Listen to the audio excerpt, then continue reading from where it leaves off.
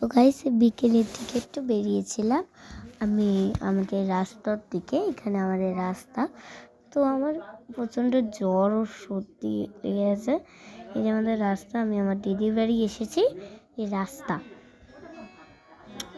আর রাস্তাটা আমি যাচ্ছিলাম, লোক আমার দিকে হাঁ করে দেখেছিলাম আমি কী করছি। আর এদিকে গাছগুলো জাস্ট ন্যাচারাল অ্যান্ড আমার খুব ভালো লাগে গাছগুলোকে। তো আমি যাচ্ছিলাম বেশ, তারপরে একটু পুকুর পাড়ের দিকে যাচ্ছিলাম, তো যেতে এমন করছিল ওরা আমার দিকে হাঁ করে তাকিয়েছিল, একটা নিয়ে যাচ্ছিলো। তো তারপর আমি এই পুকুরের কাছে ওই যে জুম করে তোমাদের দেখাচ্ছি, দেখো তোমরা ওই যে ওই পাড়টা ওই যে দেখা যাচ্ছে, তো আমি তোমাদের জুম করছি, দাঁড়াও। এই যে দেখো, এই যে দেখা যাচ্ছে ওটা আমাদের মানে আমাদের বোন দিদিদের পুকুর। তো তারপর আমি একটু ওদিকটা হাঁটছিলাম,